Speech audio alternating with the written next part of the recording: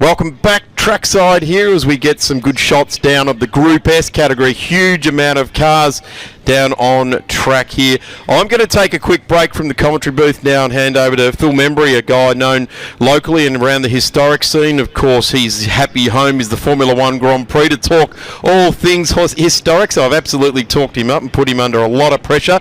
And for the first time, it's going to be fantastic to introduce Sam Markowitz. We'll be on track in just a few moments with the Group S cars. Thank you, Darren. Really good to be here, and with me is young Sam. Sam, you've got a little bit of an engine problem this weekend, and that's brought you to our commentary position. Welcome on board. Thank you very much, Phil. I think I decided to prefer commentary this weekend other than racing. Unfortunately, had a engine issue before the weekend, and it's a lot of fun, and watching the cars coming out there on a glorious day here at Winton Motor Raceway. Some of the cars that are going round, we've got all sorts of things. There's your Chevy Corvettes, of course, that unfortunately not doing so well, but on screen at the moment, and Alfa Romeo. How many others out there? What have we got? I think the grid's about 40 cars this weekend, so it's going to be a very interesting race.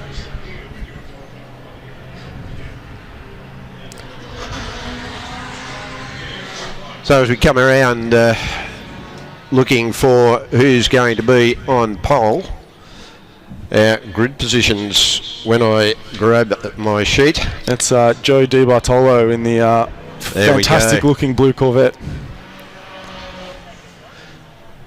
Followed by Damien Meyer in his brother's car, actually. Yeah, now the Myers machine, quite a rapid little machine. It's always nice seeing those type of cars take up the challenge against the big horsepower of the Corvettes and the Porsches. Yeah, the Corvette's got plenty of power. Fairly heavy sort of a car to manipulate around the corners. What sort of weight are these Corvettes running at?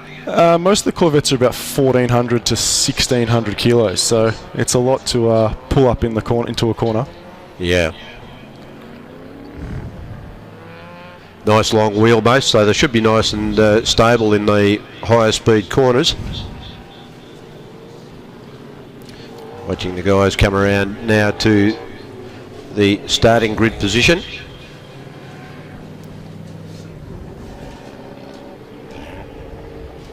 Not sure that our timing screen is reflecting exactly what we're looking at out on track.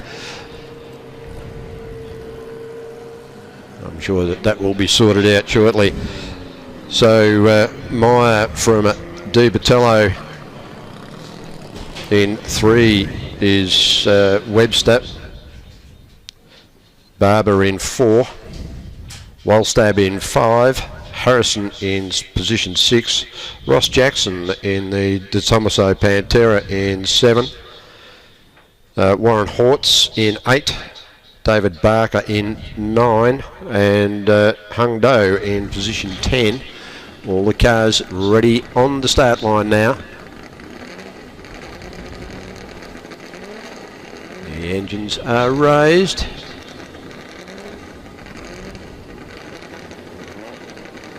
Tension building here. Just waiting for the green light to go. And underway. Glorious start. Ooh, the little bit of jiggle and jabble at the start there. Seeing the Porsche come into second spot, managing to have that grip off the start line.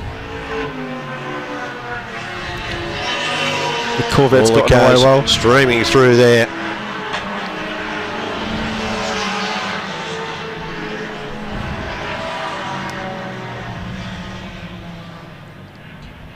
Usually the Porsches are quite good at starting, and the Corvettes managed to hold them off into the first few corners. There we go, watching them through the sweeper now. The Corvette, Porsche and the Sprite. What can the Sprite do around the tight wiggly bits down here? Around the big gum tree. Not able to do much there at this point. Let's throw a handkerchief over the first three guys. De Botello opens up the taps on the Chevy. On the straights, they're difficult to catch. Yeah, they're not going to catch him in a straight line, but boy, they gather him up into the corners as they power on down the back straight in the new section of this track here at Winton on the extension. We call it the new, or I call it the new section because for me it is, but for somebody like you, Sam, it's probably always been there. Yeah, correct. I think ever since I was a kid, it's always been like that. Meyer there all over the back of the Porsche. Not able to do anything in a straight line, but that little car is so very, very nimble. You got Tom Wallstab being chased by the yellow Pantera of Ross Jackson. The Corvette's managing a slight lead at the front. The old turn one. Currently turn 3 into 4. Heads off for the sweeper. But the Chevy powering along really well.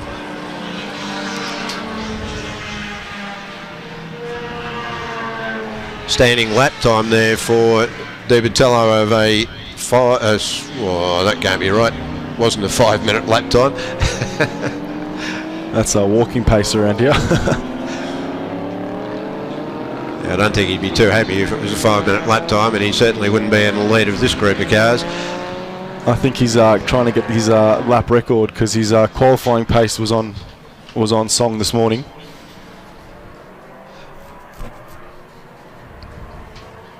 He's keeping Webster at bay for now, and it seems like Meyer's dropped off. Yeah, he's not able to keep up today. Sometimes he's the little one at the front and everybody else is chasing. Interesting to see what happens in this race as it progresses on. We've got 15 laps if I remember correctly. So we've got plenty of time for him to wear them down as the brakes and suspension components probably get a little bit soggy in the heavier cars. These little cars can come back into their own. I think he must have had an off because he's outside the top 10 at the moment. So it's the two Porsches trying to catch the big Corvette. There he is here in 9th position, trying to make up some places. Nice and tight there between 3 other cars. The little MG's working really hard, heading towards the sweeper there now. Oh, spinner. And that's another of the sprites, a little bug-eye sprite.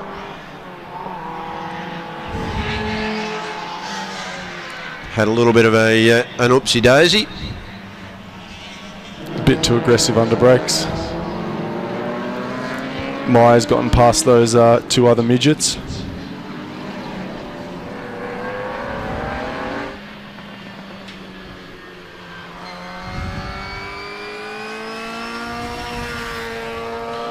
Gregory Punster in the little silver machine that had that spin.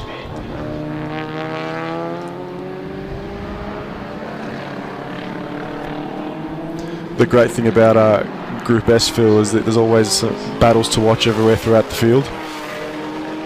Yeah, there's a lot of variation in capabilities of the cars, from front engine to rear engine, big and little. The 2 Porsches are trying to keep Joe honest up the front.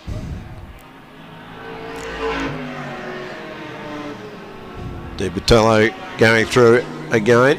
There he goes around turn 3, heading for 4. Fastest lap for him so far is a 1:37.82. It'll be interesting to see how the big Corvette's brakes last over this long 15-lap race.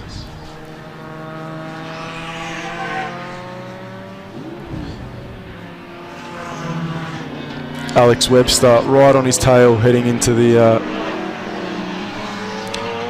So how many laps, Sam, do you think they get in the Corvettes before those brakes start to become a bit spongy? Oh, it could be 4 or 5 laps sometimes. 4 or 5 laps. So I think we're after a little bit to go before that might start and play an aspect in this. Yeah, Alex Webster's definitely keeping him honest. He's going to be there waiting.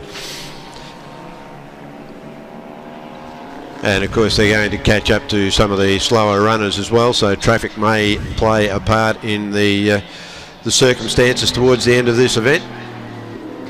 Yeah, with such a large field, Phil, they get spread out very quickly.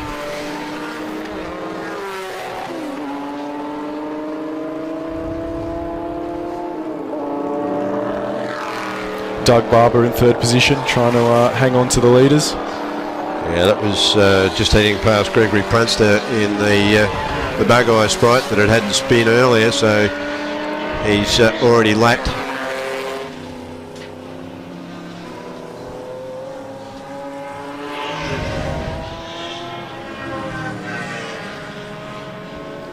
Good old Datsun's getting around out there too, the 240 and 240Zs. Great sports car from back in the day. Here we go, Botello still out in the lead. Works his way around the old gum tree.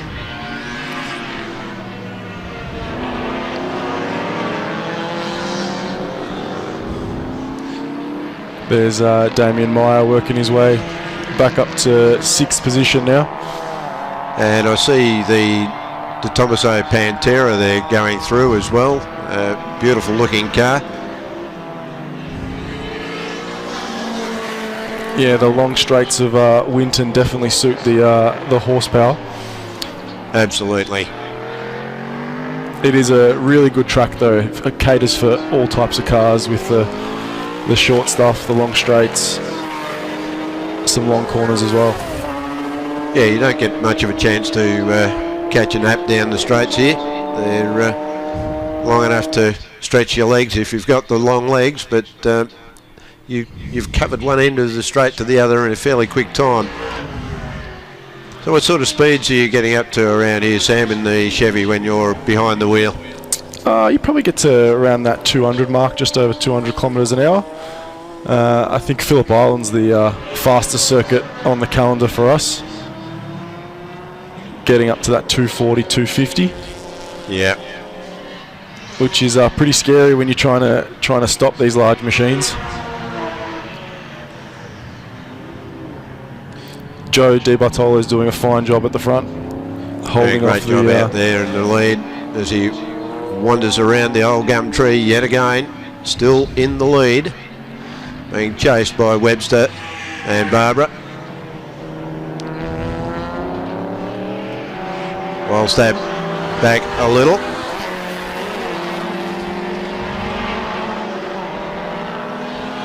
Rowan Hodges being passed there, and the lots of trouble usually serious. I had to get that in. I've got a mate that's got a Lotus Elan. Always give you a bit of a stir. There's always something with old cars.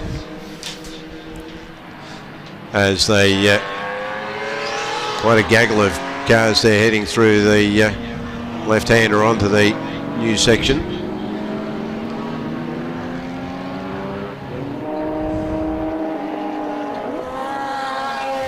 James overtaking Calvert-Jones started from the back of the grid after some technical difficulties this morning. He's doing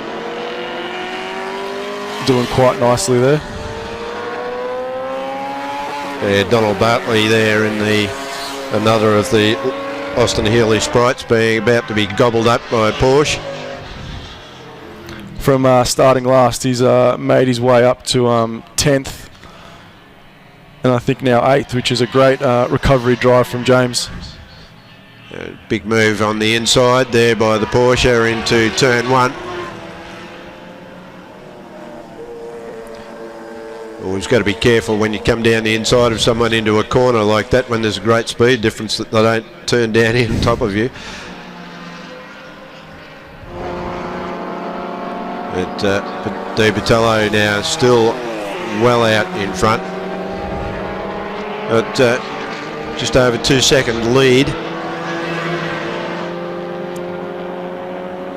Yeah, he's handling the car quite nicely.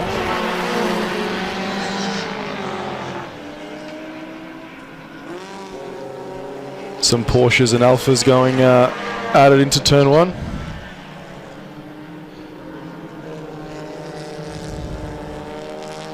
Some glorious cars out there, Sam, and really good to see them heading around. You're saying you've got some gearbox troubles in one of the cars? Yeah, unfortunately, Dave Baker in his convertible Corvette had a gearbox issue this morning. So we're not a good representation from the Corvette team over the weekend. But Joey Di Bartolo is doing a great job out front. There's our little bug eye again, George Punstad. Gregory Punstad, sorry, out lonely as he is, about to be gobbled up the back straight. Yeah, Richard East in number 9. That's Richard East. Hugh Harrison in his Alphas doing a great job in 7th place. He's always quite quick around this circuit. And yeah, James Calvert-Jones is already on the back of him, doing a fantastic drive. Yeah, we should mention Aussie Soils and Cryo Cycle, Cave Hill Engines and FS Spaganolo and Co. for sponsoring or being parts of the sponsors of the overall event. Equity One, of course, being our major sponsor. Huge thank you to Equity One for all that they are doing for the event.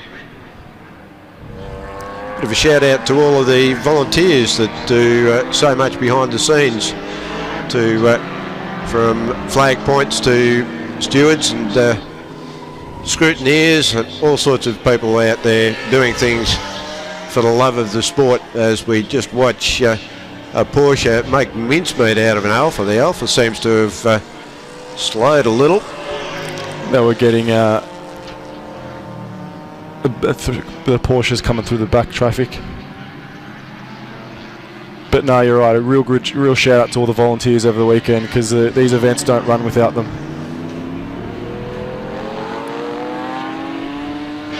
Douglas Barbara there in car number 911.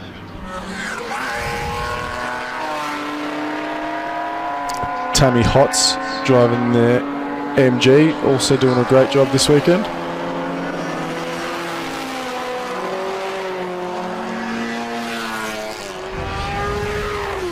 Nice and tidy through the corner there, keeping the car nice and straight.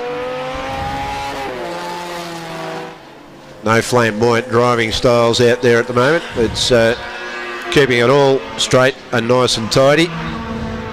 Everybody keeping a good safe line as they head on around the track.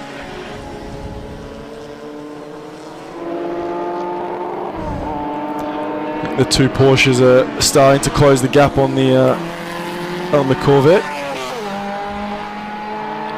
Yeah, Di Bartolo certainly starts to be a little bit of a lessening of the gap. It's down to about 1 second back to Webster last time around. Damien Meyer back up to 4th position. And then Tom Wallstab in the 928 coming around turn 1. There's always some great looking cars here in Group S.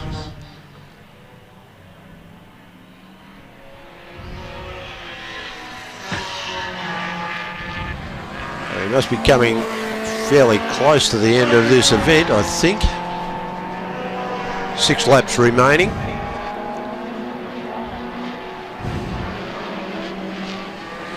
Di Bartolo getting a little bit sideways coming through that right-handed corner onto the old back straight.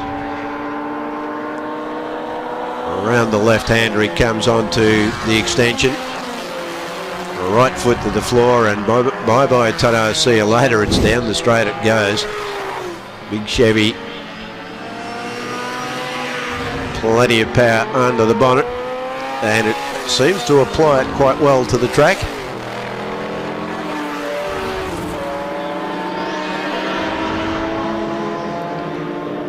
A few back markers here. I remember Warren Henderson from Geelong many years ago used to run a Chevy Corvette, and sitting in the car, I don't know how he raced it because it was a very difficult car to see out of. How do you find it, Sam? You're a bit taller than me, so you probably sit up a little higher in the car. Yeah, it's I find it very, very easy. You've also driven a couple Porsches in my time as well, and I definitely prefer the bigger car. The left-hand drive also makes it a bit interesting too. Yeah, that's got to muck up your gear change if you've only ever driven from the right-hand seat. Yeah, I think it takes about a couple laps to get used to, and then it's like second nature.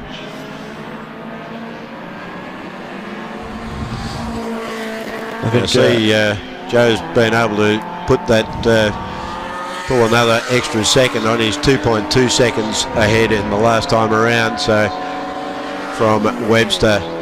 Yeah, he's just done a 1:36.6 on that last lap, which is 0.2 off his lap record. So I think he's gunning for another accolade. Keeping it really smooth, apply the power smoothly, and make sure you've got it all the way to the floor. But jump onto the brakes, roll the car into the corner and out.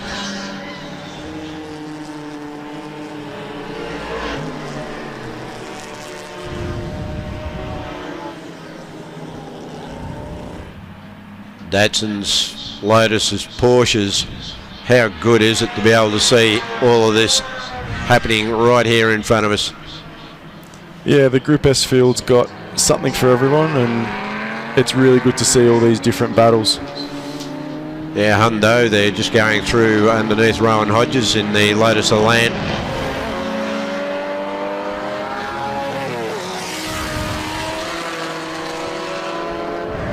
Joe Di Bertello back out in front, around the big gum tree. 4 laps to go.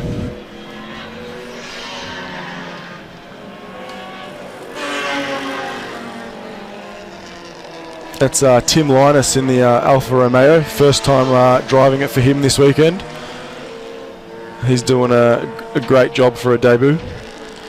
Normally in a 928 Porsche. Okay. So I think he's missing a bit of horsepower, but he's out there, which is great to see. Absolutely. And the little Alphas, well, then that's not a car, that's an Alfa Romeo, I guess was the old advert from years ago. Beautiful little car, and they're pretty well known for their handling.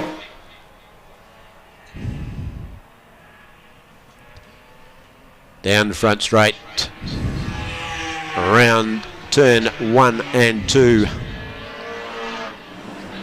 Lots of traffic for the leaders, getting held up into turn 1.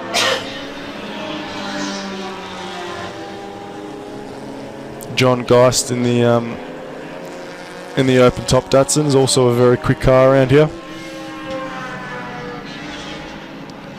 Rowan Hodges there just steps to the left and makes room for Joe Di Bertello as he heads on into the sweeper.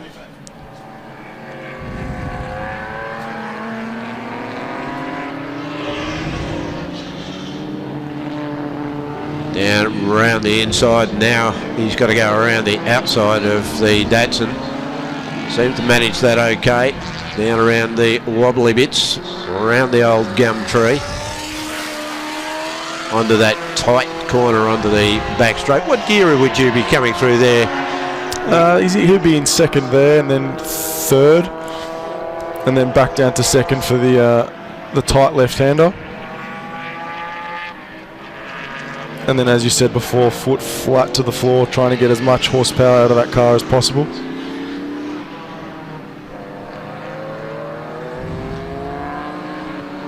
Car 52, the beautiful little Alfa Romeo there, heading around on our screen.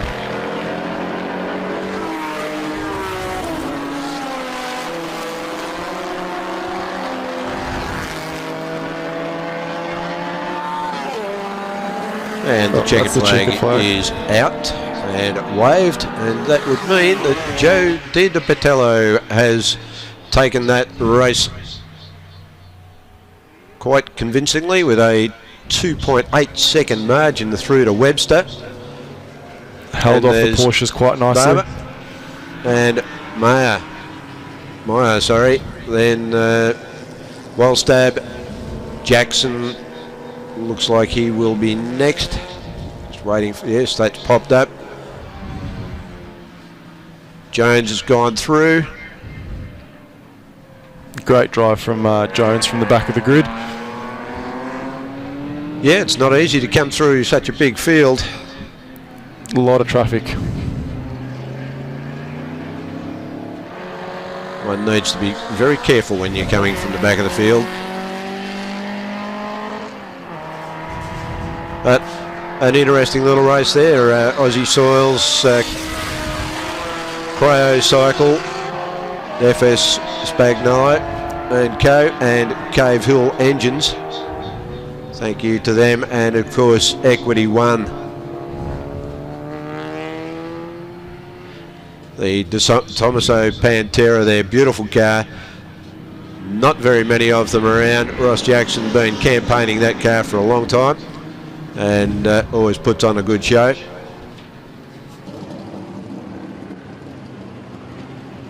Without too much further ado, we welcome the Group S cars and invited to the track here. Darren Smith remaining, and on board we've got a guy that is just about to jump down the microphone with enthusiasm for Group S racing.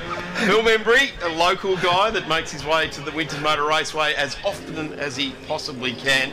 Phil, welcome to Sunday of the 2024 Winton Festival of Speed. Thank you, Darren. I don't know about jumping down the microphone, but I might talk down it a little bit. I saw you jumping on the microphone yesterday. Well, yeah, there was a little bit of frustration, perhaps. We don't let that happen too often. We have got a massive field of Group S cars, and these things are... you know, if there's an aspirational field of race cars here, this is one of them, isn't it? When you look at through the field with the likes of Porsches and De Tomosas and all these other bits and pieces, the Healeys that are represented, and you can't really go past the silhouette of that number 2, can you? The Corvette. Absolutely, and there's not one car out there that I wouldn't want to stick my backside into and go for a bit of a pedal around the track. That Martini liveried Porsche there too as well. Wow, that is absolutely awesome. Love seeing those Porsches out there, and well, my jacket that I wore into the track today squarely says Martini Racing on it, so if you hear a little bit of barracking, if you hear a little bit of barracking for the 928, then you know, I won't shy away from it. Well, we'll put you in that car later on. You can see if you can bring it through for a win, perhaps, Darren. No, I wouldn't want to take it out of Tom's hands. Tom does a tremendous job wheeling the 928, big sports car, thoroughbred. Let's have a look at the grid sheet, Phil. The front row of the grid will be Joseph Di Bartoli in that Corvette, Alexander Webster in the Porsche. Looking for big things from Alex, certainly. A guy that knows his way around all the racetracks around the country, but he does pedal this Porsche ever so hard. He's got a deficit of horsepower, that's for sure, to the Corvette, but the Porsche makes up for it with the big brakes that they're synonymous for right throughout their range over the years. Yeah, that's for sure. The brakes on those things are amazing as the car's now rolling around. 911 in position number 3. That leaves very little to the imagination. Car number 911 is Doug Barber to Damien Meyer. Tom Wallstab, we've already touched on him in the Martini Livy 928. Ross Jackson to James Calvert-Jones. Good spot. Hugh Harrison in the number 79 red Alfa Romeo. Hung Do in the number 6, Donald Bartley back to Warren Holtz. Richard East, Rob Beerson, John Floyd, Andre Brett, John Geist. And we go to James Ashley, Paul Hogan Not sure if it's the Paul Hogan of television fame. I had a bit of a look at that double take and went, I'm sure it's not the same one. Kent Brown to Ryan Koenig. Back to David Bagent out of New South Wales. Tamley Holtz also out of New South Wales. Dale Ashby over from SA. Tim Linus over from SA. Tony Antune, Nigel Catchlove, Rowan Hodges, Greg Purster, Philip John Budge, Brian Weston, Ryan Bailey, Andrew Gibson, Peter Kaiser, Stephanos Constantino and David Baker to Peter Axford, and that is a 36 field of Group S cars, and we are underway. And have a look at Alex's start in the Porsche. Yeah, sweeps across the front of the Corvette and takes it into turn one. That's what he had to do. Yeah. He absolutely had to command this race right from the front. The 911 by Douglas Barber, he wants in on this as well, but here comes the Di Tomaso as well. Yeah, they're as they lead down into turn three. Further back in the field, we've got a little bit of a challenge there coming from one of the Sprites and the TR6.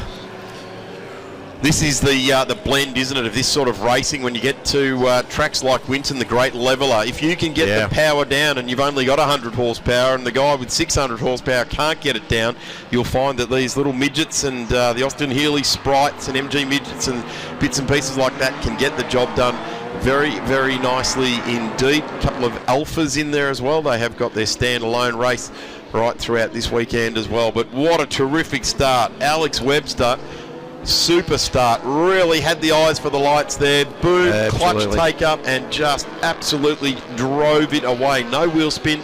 The Corvette by nature will sneak a little bit of wheel spin in no matter how good you are at modulating the clutch. Yeah, I'm watching the guys going down around through the twiddly bits there. I see the Lotus of Rowan Hodges well back in the field, but that's not a normal place for Lotus in motor racing over the years. They've got a great name.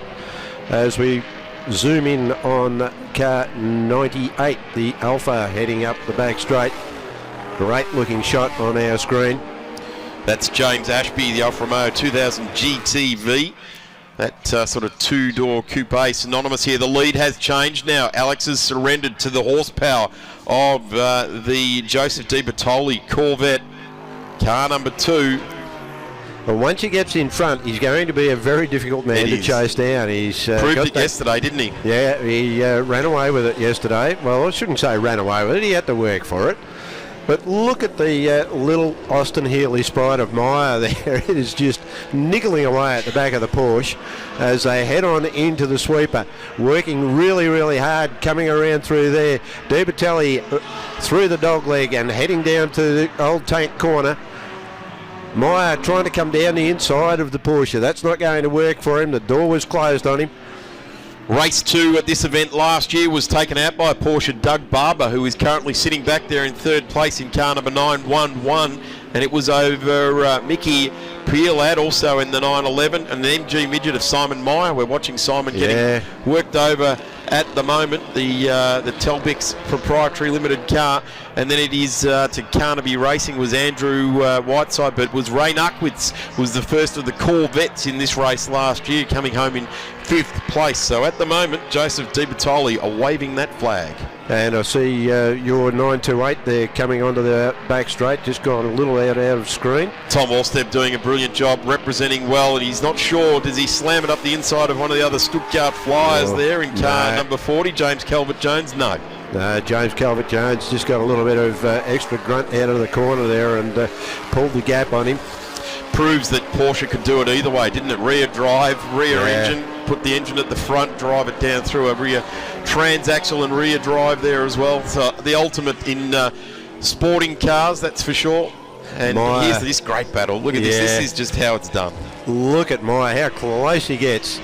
Carrying that number 1 again, we might notice, on the smallest car out there, 1310 cc's, and just powering on, giving the Porsche a very hard time as they head up into the sweeper. Di Bertoli now back, still out in front. Got a comfortable little zone there. Meyer trying to work on the back of the Porsche. Ooh, we've got one of the cars pulled up there. Looks like, I'm not sure what that was, but it looked like a Just out Triumph. of shot, yeah. Just watching the line there that Alex Webster was taking, coming out of the sweeper through the little flip-flop, and just sliding inside. All intents and purposes, it's a go-kart sitting there, isn't it? The Absolutely. listed as the MG Tigger Midget, 1970, and as you so accurately touched on, Phil, 1310cc. Yeah. Takes a lot away from the 3-litre in front of it, doesn't it? That's right. It's probably carrying less than half the weight of the other cars, but still only 1310 cc's. It's an amazing option that car is putting on track. Actually, I've got to backtrack there. The 911 Carrera 3 of Doug Barber is 2,994. It's not a 3-litre. So that's very close. It's very close. We're on the margins. We're operating right on the bubble there. Let's hope it doesn't burst. But have a look at this now. This Corvette is driving away. Great shot we saw before of Alex really just flowing the car around the sweeper through the dog leg, well, not the dog leg, the flip-flop back into tank up at turn 7 there. He just had this beautiful flowing constant radius run, and have a look at this, the Tigger MG special goes down. There's the 32 that went off earlier in. TR6 being dragged away. Now that's the Paul Hogan car. So back to the Sydney Harbour Bridge. Well, for him. yeah, painting the bridge, but that's a shame. We don't like to see the cars stopping on the side of the track like that. The Triumph GT6 just under 2-litre there as well, out of 1968. Have a look at this. This is a battle for the ages as well. The Alfa GTV6, synonymous with Alfa Romeo right through the 70s and 80s, wasn't it? That body shape. Yeah, for sure. And they're doing a great job further back in the field. The De Tomaso Pantera and your lovely 928 coming up the inside there. Car 3 doing a great job to pick off the 911. Ross Jackson, who loves to prepare that De Tomaso to win, and at the moment he's doing a fairly good job of it, sitting there in P5. It's Jones and then Tom Wallstep in the SC4 category car. Our leader is also the SC4. SC3 is Alex Webster in position number 2. Big thanks and a shout out to Aussie Soils, Cryo Cycle. Well, the move's gone there. Move's gone.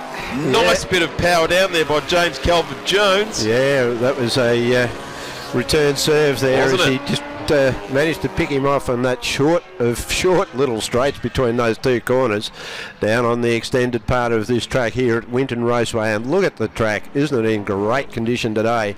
You'd want to be out there racing, and these guys are doing exactly that. The old 240Z coming around there. Very accomplished races. The 240Zs were exceptional in the Mark sports car era, and certainly when they were put onto the dirt tracks and did rallying, they were exceptional piece of kit. A beautiful little Lotus there. Great to see. I think that's a 47. You'll correct me on that, I'm sure, Phil. Oh, maybe not. The Lotus Elan that you were looking at. Yes. I'm not too sure just what year that is, but they've been around for a long time. They certainly have. Lotus is, of course, famous for the founder of the company saying the car just has to be engineered to the finish line. What happens after the finish line doesn't matter. If it falls apart across the finish line, it's all good. That's exactly Perfect right. engineering, according to Colin Chapman. That's exactly right. He did say it more than once too. Yeah, he did. And of course, the word Lotus got turned many a time into lots of trouble, usually serious. It did, and I can tell you at this very track with an Elise, the first one that was raced in this country, with none other than 3-time Gold Star winner Paul Stokel at the wheel. That's what we had. Lots of trouble, usually serious, but a fantastic mark of sports car that has stood on the top of many, many podiums around the world in many, many forms of racing. So there's not a Lotus that I wouldn't like to have in my shed, that's for sure. Meyer still niggling away at the back of the 911. He's not giving up. All over it like a cheap jacket.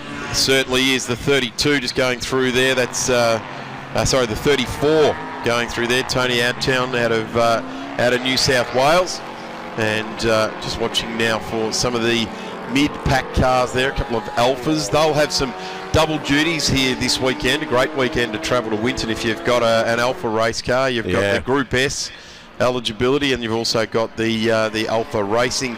There's another one of the Corvettes, car number 85 out there as well at the moment. That's Stephanus Conceptitis, the 1971 Stingray type of Corvette. As you're talking him up, he gave the back end of that car a bit of a tweak coming out of turn 3. Why wouldn't you? 350 Chev, plenty of horsepower on board there, and that's what they're doing. Currently sitting in 18th place. So just looking at the couple of cars there in front, the Alfa Romeo number 86 of John Floyd, GTV Alfetta. And we go back to a plethora of MGs and all sorts of things further back there. And Rowan Hodges in the Lotus Elan coming up there into turn 1. But Di Batello out in front. He's already lapped the slower cars at the back of the field. Fastest lap time so far for Di Batello is a 1:36.4. The last time around he did a 1:37.5. So he's got the gap and able to maintain it. Nice work indeed. So hanging on for it there. The number 7 now coming out of turn 3.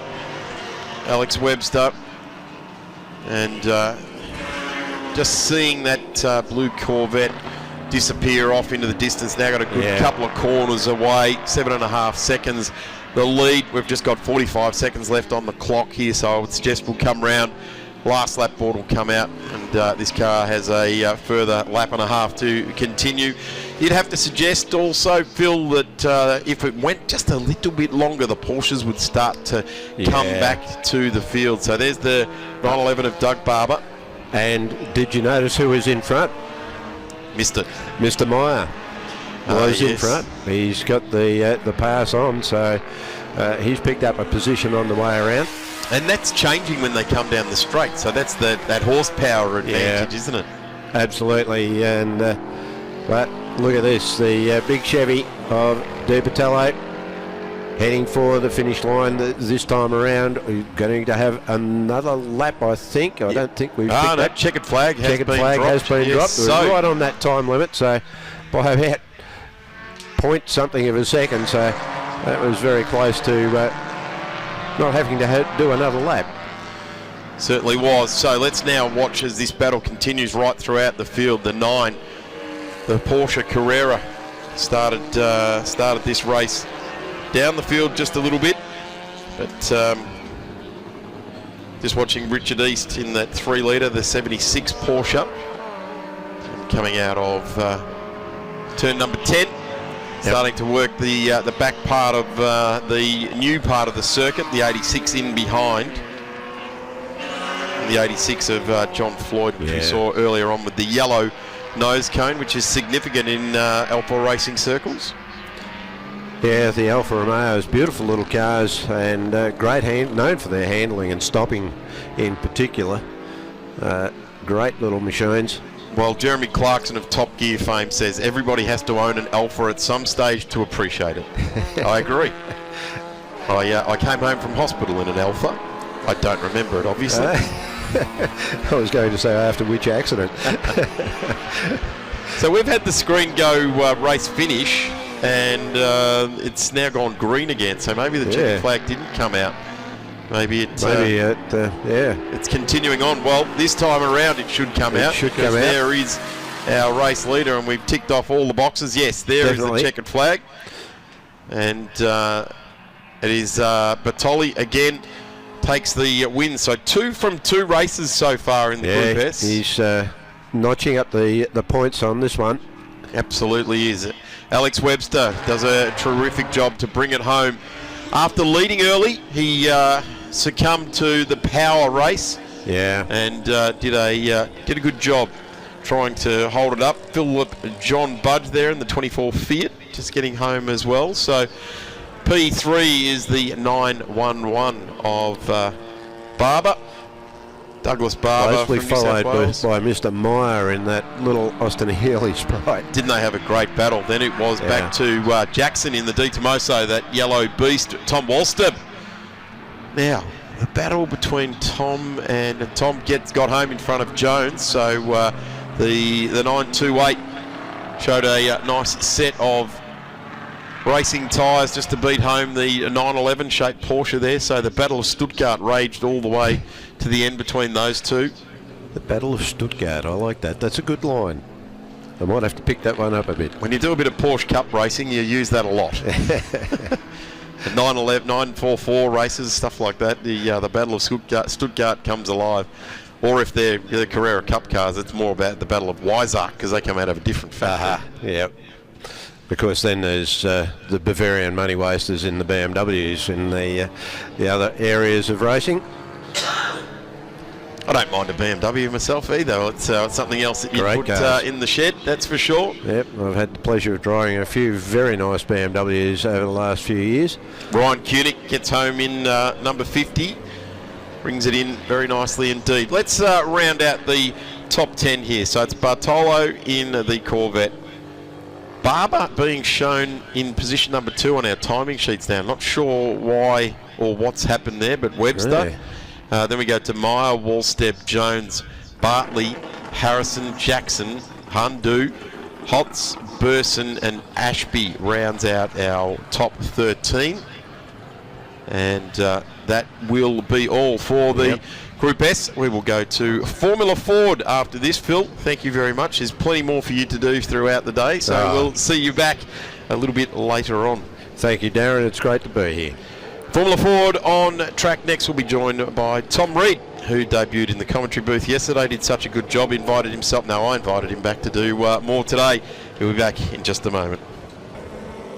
Group S cars on track now for their final race for the weekend. This is going to be a short, sharp, every corner kind of counts sort of race here this afternoon. The glaring omission at the moment is that we haven't got the Corvette on the track. Ooh, so we've got the two Porsches sitting across the front row of the grid, and in fact then we've got them split up by one of the midgets, car number 1, the grey one in this instance, and Tom Wallstep in the Porsche. So this is going to be a very, very interesting one indeed.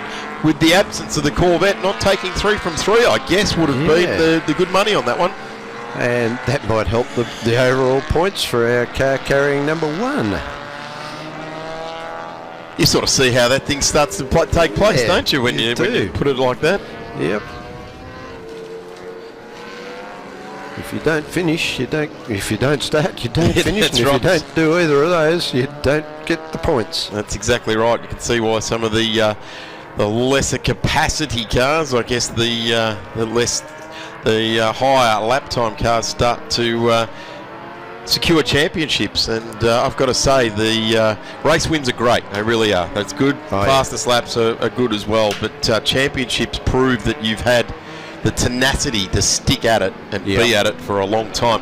We've got a big grid. Let's get through them. It is Douglas Barber in the 911. Right alongside is Alex Webster in the number 7. It's also a 911. Damien Mayer, the Victorian, in car number 1, which is the MG Tigger Midget 1310 cc's. Tom Wallstep at the other end of the scale of engine capacity, 4.5 litre in the Porsche 928 out of 1979. Let's see how the Martini liveried 928 gets off the line here with Tom. Back to James Calvert-Jones in car number 40. He's got the Porsche 911 Carrera out of 1976 3 litre car there. Don Bartley in the number 43 in the Austin Healey Sprite. And we go back to Hugh Harrison in the 79, which is the Alpha. And you wouldn't say Harrison without a naming Alpha. You would be in all sorts of stripe. We go back to Hung Du, to Rob Beerson, James Ashby, David Bajan, John Floyd. Quickly now, Adrian Brent, Kent Brown, Tom Lee Hotz, Peter Axford, Peter Kaiser, and away we go. It is Douglas Barber that just moves over and holds that racing line. Everybody's done what they're allowed to do there. No harm, no foul. Play on, blow the whistle, get on with it. And I've got to say that Douglas Barber, he did have to get through here on Alex and also on Tom and also on Calvert-Jones as well, because those other 3 Porsches have proven that they can easily match the lap times of Douglas Barber in the 911. Yeah, interesting as they peel off the tail enders, working their way down to turn 4, whereas we've got the Porsches out the front already heading into tank. The Tigger Midget ranging up in the background there as well. Here we go. This is that mid-pack area, car number 9, which is Richard East with John Floyd, David Bajet, Kent Brown in there as well. Here comes some of the cars further back down the field there. The Bug-Eye in the mix there with the GT type of roof on it. The extended roof line on the Bug-Eye Sprite. Yeah, it's sort of got the fastback. Yes, absolutely. Here's our Porsches. Doug Barber leading the way. Just extending it out. But look at that little Sprite. The car with the number 1 on the side. I tell you what, if you're away. Alex Webster and you've been contending with that Corvette all weekend long, the number 2 of Joseph Di Bartoli, and all of a sudden you look in your mirror and you've got that midget, I'm thinking, which way is going to worry you even more? I reckon the midget, because it would disappear out of your sight. You wouldn't know if it was left, right, high, low, where it was going to go. Yeah, exactly. It would be a little bit disconcerting if you were right behind you. You go, oh, I've got to be careful. I don't want to run over the top of him. And maybe that's a part of the ploy, Maybe that's the strategy, the mental game. Like the GT40s, 40 inches off the ground. That's how they got the name. Yeah, absolutely. Look at this. This is a ripping battle with the 98 of Ashby. And that's that beautiful looking GTV 105 type of shape with the number 6 there of Hung Do. And Ashby has come through on Hung Do in the early parts of this race, so made up a spot in the midfield here. GTV type of shape. Alfetta in the background there with the yellow nose cone. Hung Do having a bit of a look down the inside. That's not going to come off, or is it? He might be trying for an outside down here. Around the gum tree they go. Now he's going to try and put the car down the inside. Not going to be able to pull that one off. If you can get down the inside into that tight corner onto the back straight, you've got a chance. But he wasn't able to pull that off. The Alpha far too smart for that one. That beautiful 86 GTV Alfetta looks $1 million. Have a look at the D Tomaso now. Nothing short of cubic inches there. The 79 under brakes, just plonks it on the corner there. The Alfa Romeo GTV of Hugh Harrison, and dealing with the D Tomaso, which will be an absolute beast of a machine to wheel around here. Wouldn't mind a bit of a go on a D Tomaso. I've always enjoyed the look of that type of car. And a great looking car, and he tried for the outside, wasn't able to pull that off, got right beside him, but thought better of trying to stay on the outside around turn 1. That wasn't going to work for him. Good way to end up playing out in the kitty litter. Ross Jackson, the D Tomaso Pantera, 5.8 litres, way outweighing the 2 litre of Hugh Harrison. Been around here a number of times over the years too, Darren, in that D Tomaso. So's Hugh Harrison in an Alpha product as well. Many of them over the years. So a couple of very experienced campaigners on the Winton Motor Raceway. Have a look at this up front now. This is 1, 2 and 3 on the road. 2 and 3 are almost interchangeable with each other at the moment. Well, even 4 and 5 are pretty much in the game. We've got a aerial surveillance going on over the track at the moment there. Yeah, a little bit of powered hang gliding going on by the look of it. I'm not sure that he'd be strictly legal at that altitude where he is. Not my way of enjoying a weekend, that's for sure. Hanging off a parachute like that, but I'll tell you what, this is how I want to spend my weekend. Have a look at that. That's East to Bajan, Brown, Brett and Kaiser, and even Hot's weighing in on the back of this. Talking about Hot, this is it. Yep. Hot or not, this one here, the 911. Have we got Alex Webster? Has he got it on board? I would have thought that Alex would have had the pace. He certainly did early on in this weekend. He was able to turn up the volume when he was chasing down the Corvette. At the moment, I would suggest he's looking for just it almost looks like the GoPro on top of the roll cage is all he can see, isn't it? Pretty much. And Barbara on the last time around, a 1:37.87. That's the fastest lap he's pulled so far for this event. And Webster right behind, a 1:38.17. Well, they're not. He's not losing the guys behind, is he? No. But he's just managed to tick out a good lap there. I'm not sure whether he's overcooked it into turn one, because these two are now monstering all over the back of him. Here comes all the field streaming up the straight here. Again, being led by the number 9 of East. That is the Porsche Carrera. Richard East Carrera, 3 litre, 1976 unit, and then a plethora of MG and 51 Spitfire. Brown, and that machine, that beautiful little car of his, well worth going and having a look at. Probably the wrong end of the weekend to try and get down into the pits to have a look, but if you come next year, which you should, make sure that you get down into the pits and have a look around at all of these cars. The drivers, owners and pit crew are usually more than happy to talk to you about their car. We're looking at East, David Bagent, and then on more to the 51 there. That's Kent Brown, MGB, 1798, the most popular sounding MG. And I reckon any one of us in this room and just about anyone on this property could close their eyes and one of these drive by and you know the exhaust note as well. Yeah, they're like a Porsche. They're very, very distinct. It's one on their own, yeah. The 311 now find some pace. Yeah. And there's the checkered flag, and it has been given to Douglas Barber. Yep. And then Meyer got through on Alex Webster on the line there. Well, 1:37.75, the fastest lap for out of anybody on that last lap for Meyer. Out of 1300cc, so Alex Webster capitulated in the end in the number 7. And I think Alex enjoyed the carrot being dangled in front of him off the back of a Corvette rather than off the back of a fellow Porsche competitor. Could be. By the looks of things. Jones, Tom Wallstep home in 5th place in that big banger Porsche, the 928 4.5 litre. Got it home. Harrison, and then Ross Jackson brings home the De Tomosa into position 7. 8, Beerson, Ashby, Floyd, East, Brown. Well, this is where the best bit of the race was. East, Brown, Bright and Bagent. I guess the guys in 1, 2, 3 and 4 will argue with me on that one, but certainly we saw a really good part of that race. There's that Martini liveried 928. And really good to see the competitors there, arms out, acknowledging each other and the flag point guys, the volunteers that put in such a huge effort for all of these events. The drivers appreciate those guys with the flags so much.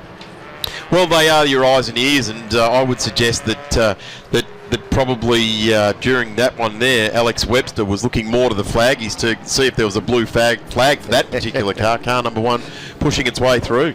He might have been looking to see if there was a meatball flag for the car in front. Quite possible, hey? Quite possible. He would have been hoping for it.